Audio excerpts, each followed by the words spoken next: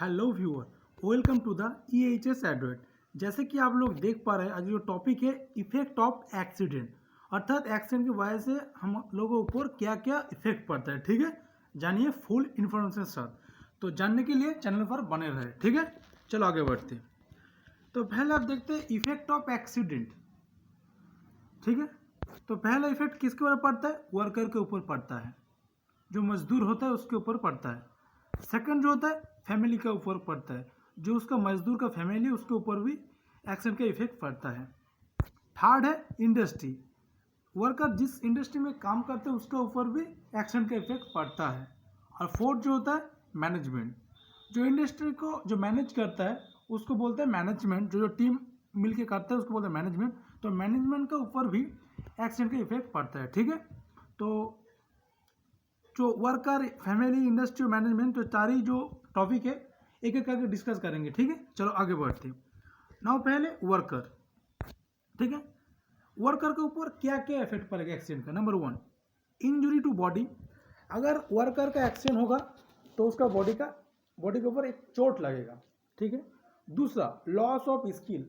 अगर कुछ एक्सीडेंट बड़ा हो गया, बड़ा दुर्घटना घट गया उसके साथ, तो उसका जो कुशल था, जो काम में माहिर था, उसका और नहीं कर पाएगा। जैसे सपोज कर लिया एक मशीन के साथ वो काम कर रहा था और उसका हाथ ही कट गया, तो उसका और दोबारा वो काम नहीं कर पाएगा, तो उसका स्किल था वो लॉस हो गया। Third, loss of job.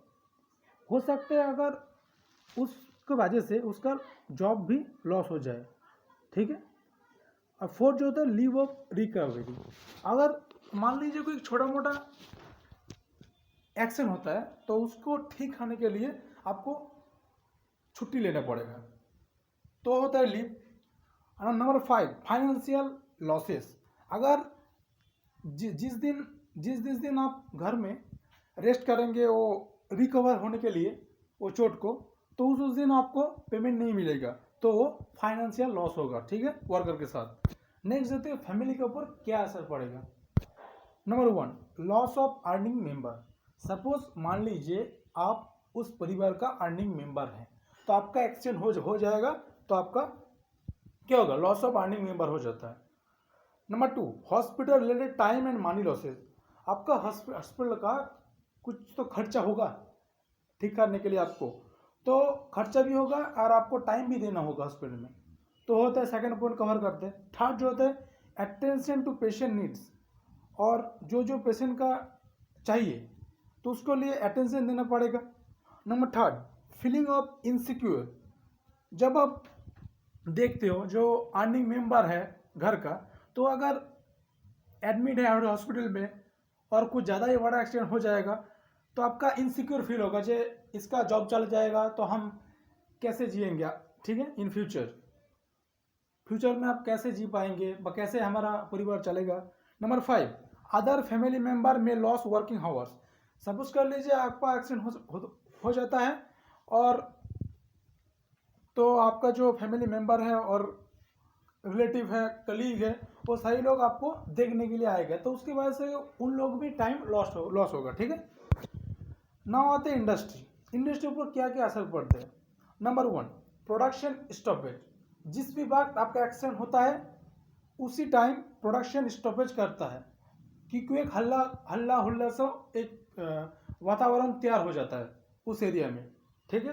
Number 2, bad message to worker को एक बैड मैसेज पहुंच जाए, जो उसके साथ एक्सीडेंट हो जाएगा उसके साथ आज एक्सीडेंट हो गया तो मेरे साथ भी आज हो सकता है, उसके वर्कर के अंदर डर पैदा हो जाएगा। Number 3, reputation is lower. जिस इंडस्ट्री से आप काम कर रहे हो अगर एक्सीडेंट हो जाता है तो इंडस्ट्री का जो रेपुटेशन है वो लोअर हो जाएगा। Number 4, extra cost on recovery of machines. अगर दुर्घटना ऐसे हो कि मशीन डैमेज हो गया, ठीक है, ऐसे कुछ एक्सीडेंट हो जाता है, ऐसा नहीं है तो मैन के साथ ही एक्सीडेंट होता है, अगर एक्सीडेंट की वजह से मैन का भी हार्म होता है, मशीन का भी हार्म होता है। ठीक है, तो अगर कुछ मशीन ऐसा डैमेज हो गया तो उसको रिकवरी करने के लिए भी आपको एक्स्ट्रा कॉस्ट देना पड़ेगा, तब जाके वो जो मशीन है उसको रिपेयर करेगा और उसके बाद ही वो मशीन फिर से दोबारा चालू होगा। Number 5, financial loss of compensating the affected worker.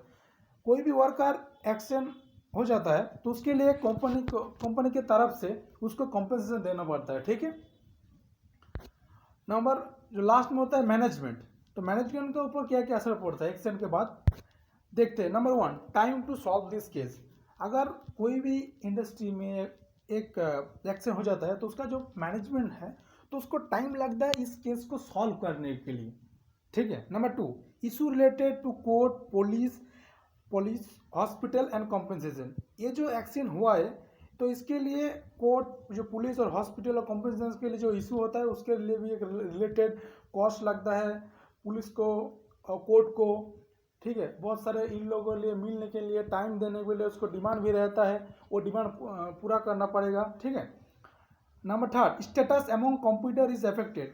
अगर कोई भी एक इंडस्ट्री में एक्शन हो जाता है और कोई दूसरी इंडस्ट्री जिसके साथ उसका जिसका कंप्यूटर था, कंपटीशन चलता है दोनों इंडस्ट्री में, सपोज एक कंपनी में एक्शन हो जाता है तो उस कंपनी पे इफेक्ट पड़ेगा, इस कंपनी इफेक्ट पड़ेगा जब स्टेटस थोड़ा सा डाउन हो जाता है, ठीक है। इससे इफेक्टेड हो, थोड़ा बहुत इफेक्टेड तो होगा ही। Number 4, faith of worker get disturb. Worker का जो विश्वास है, जब हम कंपनी में सुरक्षित से माना कंपनी हमारे लिए सुरक्षा प्रदान करती है, तो अगर कोई भी एक छोटी सी भी एक्शन हो जाता है तो ठीक है, लेकिन कुछ बड़ा ऐसे दुर्घटना ना हो, अगर हो जाएगा तो उसका जो फेथ है, विश्वास है, वो घट जाएगा कंपनी की तरफ से, ठीक है। मैनेजमेंट के ऊपर विश्वास ही खत्म हो जाएगा वर्कर को। नंबर 4, मोर अटेंटिवनेस के मतलब होता है इन फ्यूचर आपको ध्यान देना होगा जो एक्शन ना हो, ऐसे कुछ सेफ्टी मेजर व सेफ्टी अप्लायंसेस अप्लाई करना होगा, ठीक है। बिकम नेसेसरी इन फ्यूचर, ठीक है। तो आज के लिए इतना ही। चैनल पर बने रहे, लाइक शेयर सब्सक्राइब करते रहे। धन्यवाद।